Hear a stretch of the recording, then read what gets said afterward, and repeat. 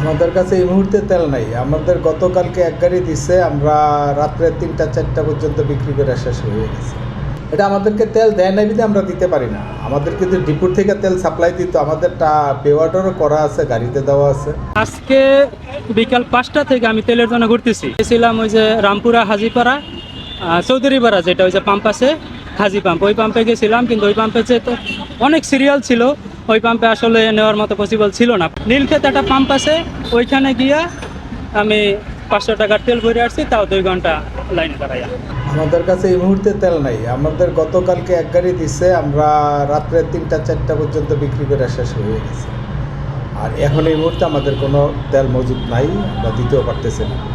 আগামীকাল হয়তো আসতে পারে না, এখনও আমরা এই মেসেজ পাই নাই যে এটা আমাদেরকে তেল দেয় নাই বিধে আমরা দিতে পারি না। আমাদের কিন্তু ডিপুর থেকে তেল সাপ্লাই দিত, আমাদেরটা পে অর্ডারও করা আছে, গাড়িতে দেওয়া আছে, কিন্তু আমরা ওইখান থেকে তেল পাই না। তেল পাইলে আমরা দিতাম।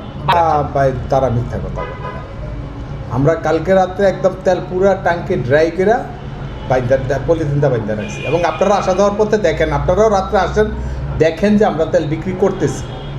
রাত্রে 3টা পর্যন্ত বিক্রি, 13,000 লিটার তেল বিক্রি করতে কতক্ষণ লাগে? বিক্রি করা শেষ, আমরা বাইন্দা ফালায় রাখছি যাতে ডিস্টার্ব না হয়। কিন্তু তারপরে ওনারা পয়সা রয়েছে, যদি আমরা বেচি আর বিক্রি করবো কীভাবে? আমাদের সিএনজি পাম্প, আমরা সিএনজি বিক্রি করবো। তেল আসলে তেল বিক্রি করবো, যখনই তেল আসে তখন থেকে আমরা বিক্রি করি, যতক্ষণ থাকে ততক্ষণ আমরা বিক্রি করি।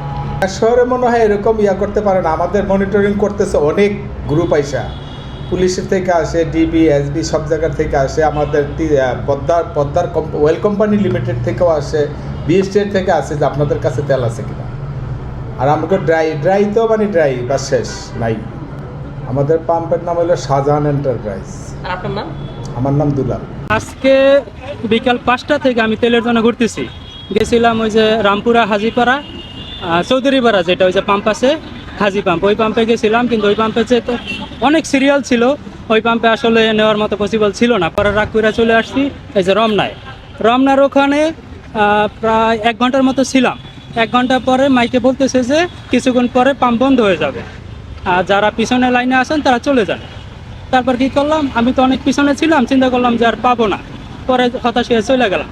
পরে আবার আসছি, ওই যে এখানে একটা পাম্প আছে, ওটা কি বলে, নীলক্ষেত একটা পাম্প আছে, ওইখানে গিয়া আমি 500 টাকার তেল ভরে আসছি, তাও 2 ঘন্টা লাইনে দাঁড়াইয়া। 500 টাকার তেল নিচ্ছেন, আবার এসে লাইনে দাঁড়িয়েছেন? না, এটা আসলে লাইনে দাঁড়াই নাই, তো এখানে আসলে তেলই নাই, তেল দিতেছে না। এই জন্য জাস্ট একটু দেখতেছি যে দেয় কিনা। আমি চলে যাইতেছি, জাস্ট এখানে দাঁড়াইলাম। এটা আসলে আমি তেলের জন্য দাঁড়াই নাই। আপনি যে বলতেছেন, প্রশ্নটা করতেছেন, প্রশ্নটাই ভুল, কারণ এখানে তেল দিতেছে না।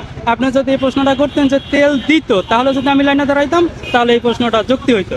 কিন্তু যেহেতু তেল দিতেছে না, আমি দাঁড়াইতেছি শুধু দিতেছে কিনা এটা দেখার জন্য দাঁড়াইলাম, আর কিছু না। যেহেতু আমার ভুল, তারপরে আপনি কেন দাঁড়িয়েছেন? দিতেছে কিনা সেটা আপনার দেখার দরকার নেই। না, আসলে আপনারা এখানে কথা বলতেছেন, তো আমার অনেক কথা বলার ছিল, এই জন্য জাস্ট বলে দিলাম কথাগুলো। কারণ কষ্টের তো শেষ নাই ভাই।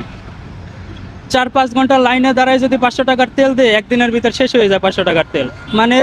5 ঘন্টা লাগে তেল নিতে, সে তেল শেষ হইতে লাগে 5 ঘন্টা।